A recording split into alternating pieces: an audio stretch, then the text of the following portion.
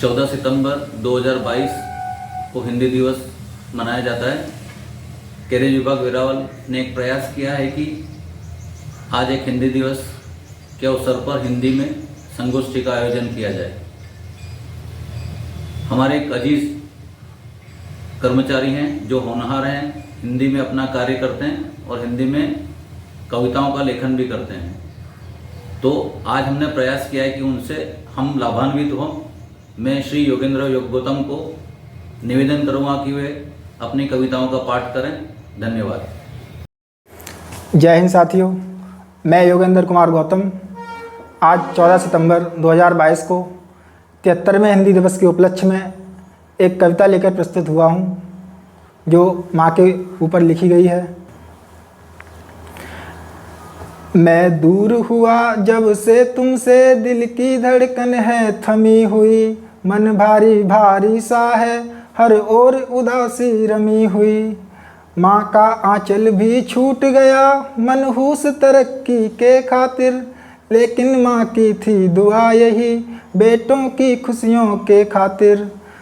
अब हूँ आज़ाद मगर माँ के पहरे की सख्त ज़रूरत है, शायद कोई भी नहीं भला जो उसके जैसी मूरत है।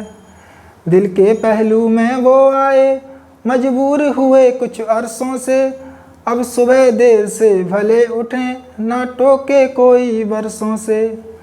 घर कब आएं और कब जाएं अब ये तो एक पहेली है, उस आंचल की कीमत शायद बाहर आकर ही झेली है।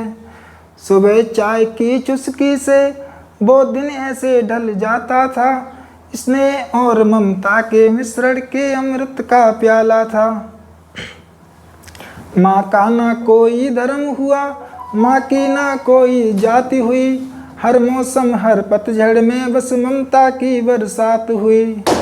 माँ कुमकुम है, माँ रोली है, माँ खिली हुई रंगोली है, माँ गजरा है, माँ सहरा है, माँ जीवन भर का पहरा है।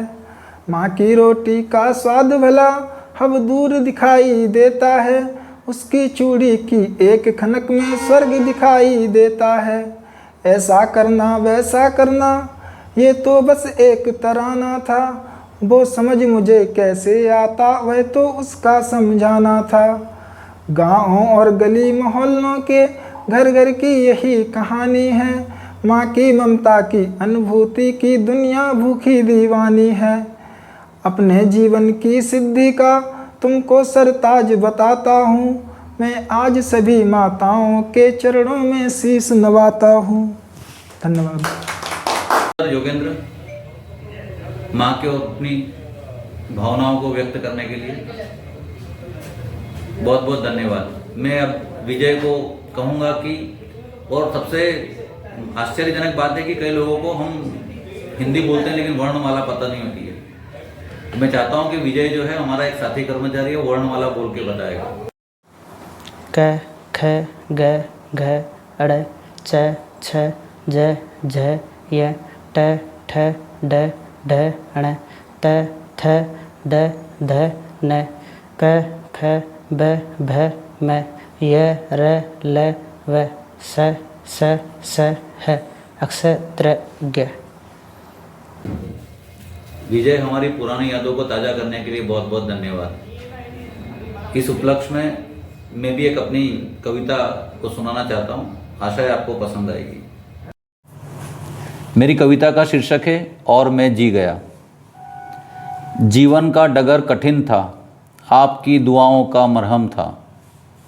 जीवन का डगर कठिन था, आपकी दुआओं का मरहम था। रास्ता तंग और दुर्गम था, बस तुम्हारा साथ था और मैं जी गया।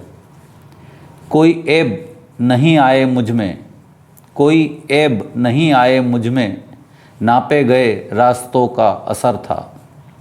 सीखा और सीखता चला गया, आपकी संगत का असर था और मैं जी गया। पलड़ा खेल में तुम्हारी तरफ झुका था, हार के भी मैं जीत गया और मैं जी गया। हादसा मोड़ पर ही होना था, हादसा मोड़ पर ही होना था, बस माँ का साथ था। पता न चला मुश्किल वक्त कब कटा था, पता न चला मुश्किल वक्त कब कटा था। आपका 4 हाथ था और मैं जी गया। उंगली भी उठी और झुकी थी, 3 जो उसकी तरफ थी। न समझ में आया, न समझ में आया तो अपना बना लिया और मैं जी गया। तुम मेहमा हुई तो क्या, तुम मेहमा हुई तो क्या, पाँव की छाप के संग महक थी। फ़ोन बजता अपनों का तो निगाह में ईश्वर था और मैं जी गया, और मैं जी गया। जैसा कि आज हिंदी दिवस है 14 सितंबर, सभी को हिंदी दिवस की शुभकामनाएं। हिंदी दिवस के अवसर पर एक कविता लेकर प्रस्तुत हुआ हूँ, जो मेरे द्वारा ही लिखी गई है, जिसका शीर्षक है रेल सेवा। स्टार्ट करता हूँ। वह मीठी सी प्यारी सी तेरी आवाज़ है न्यारी सी, जो बचपन में सुना देखा वह लगने लगी सवारी सी। यह राग अनुराग सी भोर की आवाज़ सी, कक्षा की साथी सी लगने लगी सवारी सी। मन लगा कातूहल सा होने, देख प्रतिदिन तेरी सूरत, होने लगी चाहत तेरी सी, होने लगी तेरी चाहत सी। वह लगने लगी सवारी सी, वह लगने लगी सवारी सी। मिला पहला मौका तेरे साथ जीने का, चूक हुई अनाड़ी सी। मन काँप गया यह देख दृश्य, शरीर हो गई शीतल सी।